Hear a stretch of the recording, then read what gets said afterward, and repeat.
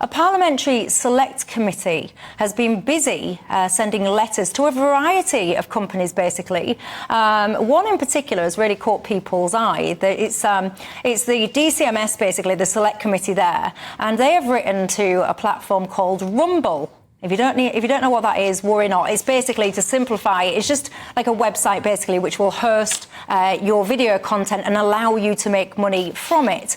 And it all centres around Russell Brand. Now, if I can, I shall bring this letter up for you, but I'll not pick on you, but I'll start with you, Alan. The nuts and bolts of this, right, it's been sent by the chair of the Culture, Media and Sport Committee. And what they're asking, they reckon that they're asking questions, which I'm a bit suspicious of. There's not a single question mark on here, but there is a few statements that concern me. And the essence of it is about, and I quote, "We are concerned that he may be able to profit from his content on the platform." So what they're trying to do, if you ask me, is trying to, and let me just make a point. This is not about the allegations at Russell Brand. I don't want to get into those because, to me, it's not about that. This could be anybody and these could be any allegations. This is about the principle of, should parliamentarians be trying to put pressure onto private organisations to get people to lose their income at the point of allegation? When I saw this letter, I got all the people in our organisation to go and check it because I thought it was fake. Yeah. I could not believe that we've got politicians, this shows how naive I can be sometimes as well, that are actually trying to instruct private entities, big tech, to take down and demonetise people around allegations. So if I now say something about Michael or he says something about me, are we not going to be able to go and do things anymore? This is something from the world of Stalinism. This is something from the world of tyranny. We've just had the online safety bill pass the day before yesterday, where big tech are going to make decisions about what can be said and what can't be, what can be expressed, no more encryption. And we should remind ourselves that the Culture, Media and Sport Department is also the unit that has the Counter-Disinformation Unit, the CDU, another Eastern European in the time of the Cold War sounding organisation that's been spying on journalists, public health people, doctors and citizens. This is absolutely outrageous. And they would probably deny that if they were here to deny This is absolutely outrageous. And what should happen is everyone, your viewers who believe strongly about this, everyone should let the DCMS know, should let this particular Baroness know, and should write to the government. We should make sure that we have the ability to have free expression. If someone's guilty of something, let them be tried in the courts. We are innocent until proven guilty in this country, and people should not get taken down, because this even reinforces much more, in my mind, this is a whole strategy to cancel someone and shut them down. It's absolutely unbelievable. I want to make something absolutely clear as well, because I too I couldn't believe my eyes when I read this letter. So I tried very hard to get somebody, ideally Caroline actually, who wrote the letter, who's the chair of that committee. I tried to get her on to stand by this. It wasn't possible. I tried also to get anyone, quite frankly, from that committee to join the conversation to defend this. I mean, what are you thinking? I'd love to ask that question. I wasn't able to get anybody on. Michael, your thoughts? Well, Alan's got it all wrong, and your headlines have got it all wrong, because this letter does not tell these companies to stop Mr. Brand monetising his content, nor, as Alan used the word, does it instruct them. It's investigating whether he's still able to monetise them, and expressing some disapproval that he might be able to do so. But it's not instructing, it's not telling. You've gone way over the top, both of you.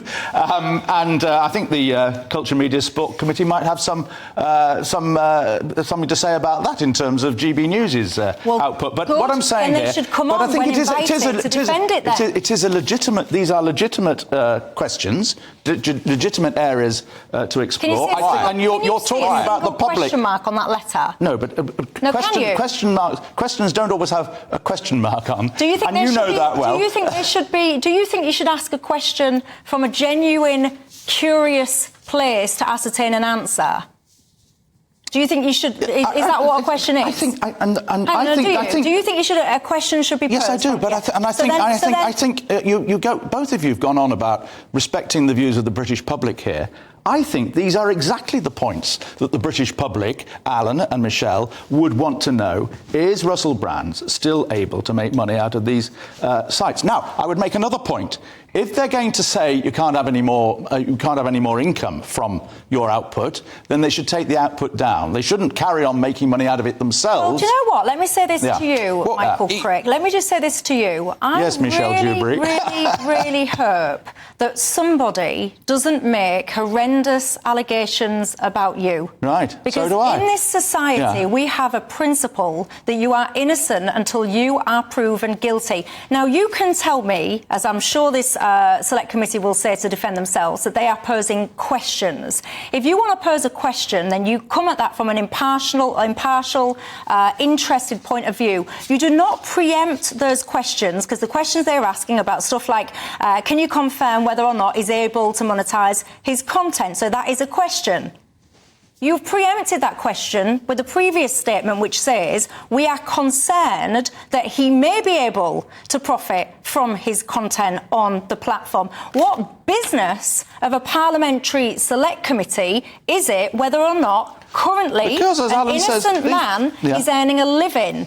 Well, you say he's an innocent man. We don't know that yet. And also, remember, the Channel 4 programme had many cases of Russell Brand making jokes about sex and women, which frankly would never get on television these days, and they certainly wouldn't get on even on your channel.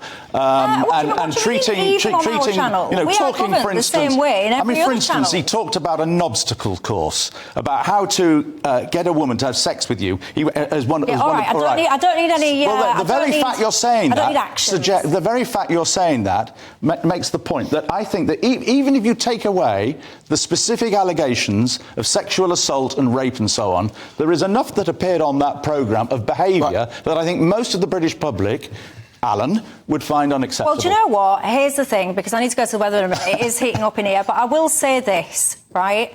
You need everyone out there that agrees with this kind of notion that if you are alleged to have had, to have done something, then you know what, you are fair game to get your entire income and all the rest of it cancelled at the state of allegation. I think that is a very slippery slope. And all of these broadcasters, by the way, that are now conducting all of these investigations and all the rest of it, to Michael's point, this guy, he did not make any kind of hidden kind of discreet things. He was quite out there with some of his language and his suggestions. People knew that. People were comfortable with that. So all of this, guess what? We've looked inward now. We're investigating ourselves. Really? Anyway, look, I shall leave you guys to be the final say.